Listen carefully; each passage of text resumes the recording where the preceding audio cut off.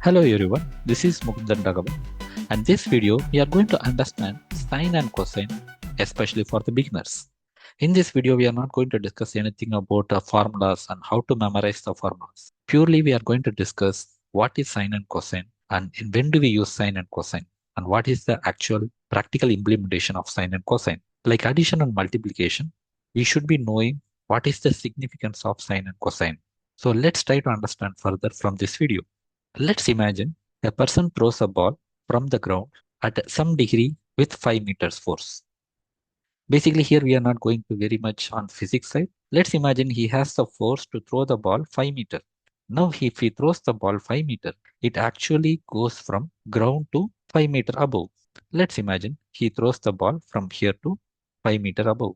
But if he throws the same ball without having any increase in the degree, basically he throws at the ground level, then it will definitely go 5 meters down because he has the force of 5 meter.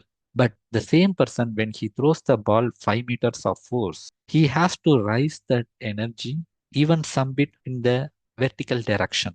Then only this theta degree happens. So, in simple words, when he tries to use the same force, somewhat that energy is splitted horizontal and vertical. Now, how do we find this horizontal and vertical? For example, let's say we have mentioned 5 meter. Let's unit as a 5. Now, when he uses 5 units of energy to throw that ball, when he has the theta degree increase in between the ground and the angle that he throws, then how much of percentage has been splitted in vertical is called as sine. How much of percentage will be shared in horizontal direction will be called as a cosine. For example, let's say he throws the ball at 0 degree. That means that he just throws at the ground level. There is no increase in the theta. In that case, he will get the same 5 meter at the ground level. And in horizontal direction, if you want to measure that, cos 0 is 1. So that means that when degree is 0, which means that total horizontal, whatever he has the force of 5 meter, the same 5 meter the ball will be moved. The same way, if he throws the ball vertically, then the ball goes exactly vertical from the position he stands. After some time, it reaches down in the same place. So now if you see, the ball did not move anything on horizontal direction. It just went to top 90 degree and came back at the same position. So the x-axis movement is 0. So that's the reason when degree is 90 degree, the output will be 0. Now what about zero point 0.8? If he throws the ball at 30 degree, then 0.8 percentage of full energy will be given to x. If you mention 0.8 into 5, then you will be getting the 4 meter. Same goes to the sine. Now let's imagine he throws the ball at 0 degree. 5 meter entirely will be used for horizontal direction only. Then there will not be any vertical movement. So that's the reason sine 0 degree is 0.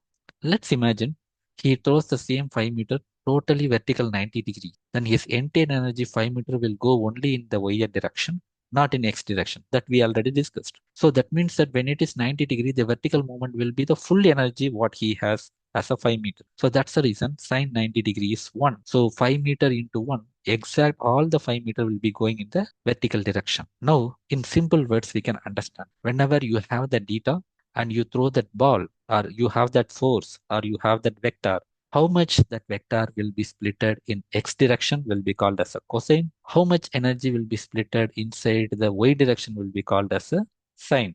How is it making helpful for us to understand the vectors? Let's imagine two similar vectors going in the similar direction. Now, if I put the torchlight at the top, the shadow of the first vector will be totally appearing on the second vector. Since these are parallel, the angle difference between them will be 0.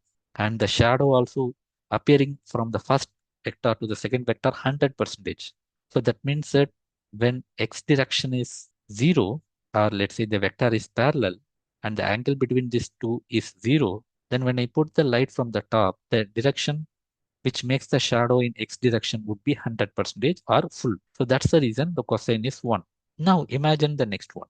The same way, this vector, one vector is 90 degree to each other. Then if I put the same torchlight, if I put torchlight from the top, the shadow of the first vector, orange vector, will be 0 because there is no shadow will be happening on the x-axis. But in the y-axis, the shadow of y will be full percentage.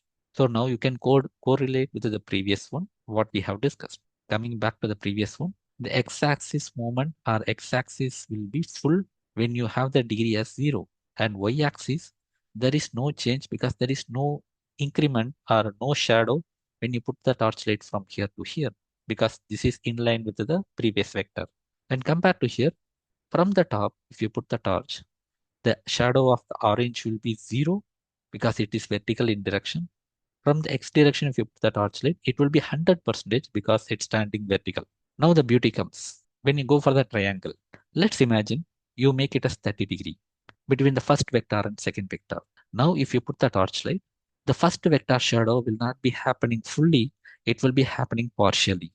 And the y direction also will be happening partially.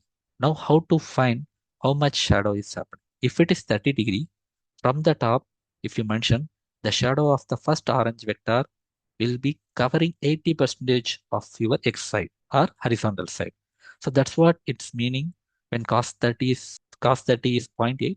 That means that 0.8% of your x-axis will be similar to the vector orange. From y-axis perspective, you'll be looking into the sine. That means that from the x direction, if you put the torchlight, sine 30° between this, that means that zero point 0.5 or 50% of orange vector will be going into the vertical direction.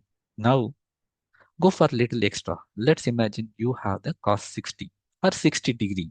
Now, if I put from the top torchlight, then 60% of this orange vector, or sorry, the 50% of orange vector shadow will be covering in x direction. And if I put torchlight from x direction or horizontal direction, then sine 80% of the shadow will be covered in y-axis.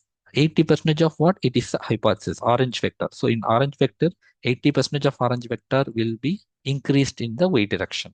Now, from this all conclusions, what we can understand is when you have two forces, if these two forces are similar in nature, in the same direction, when you put the torchlight, that means that the full shadow of the first vector will be following onto the second vector.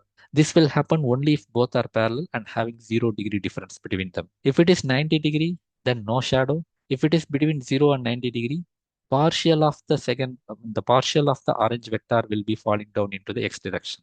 How much it will fall? If you want to measure in the x direction, you will apply the degree into the cosine function. If you want to measure the vertical direction movement, then you will apply the sine function. As you see here, from 0, full shadow is appearing. As it increases to 90°, the value is 0. If it is goes to the sine 90° will be having full. Vertical movement will be full. If it is reducing from 90 to 0, then it will be reducing, keep on reducing. If it is becoming 0, that angle between two vectors, then in movement from vertical direction is 0. So that's the reason sine 0 is 0°. So this is a simple understanding. Cosine chops the vector length down to how much it aligns with x-axis. Sine chops the vector length down to how much it aligns with the y-axis.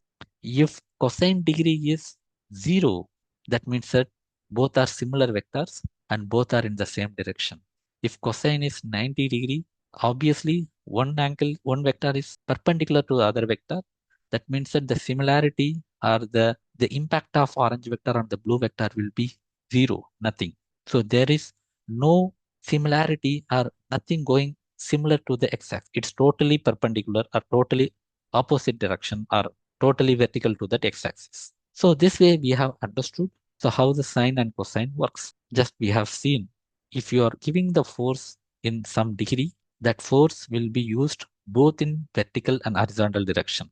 If you want to measure how much energy is splitted in horizontal direction, you will apply the cosine. If you want to see how much energy is spread in the vertical direction, then you will apply sine. As you see, the degree increases, then the cosine value will be decreasing. At the same time in sine, if the degree increases, sine value will be increasing because the vertical proportion will be increasing. So what are the advantages by learning this? First of all, we will be understanding when do we use the sine and when do we use the cosine. And mainly it could be useful for our cosine similarity in case of vector database. And this is a simple understanding. Before we go to the cosine similarity in vector database, we just want to discuss it. And mainly I would like to tell this. So this kind of mathematical information was clearly explained inside the YouTube channel math and science.com. I got this information and learned something from this channel. If you want to know more about math and science, you can refer this channel. And this is all about this video, and always be a rainbow in others' cloud.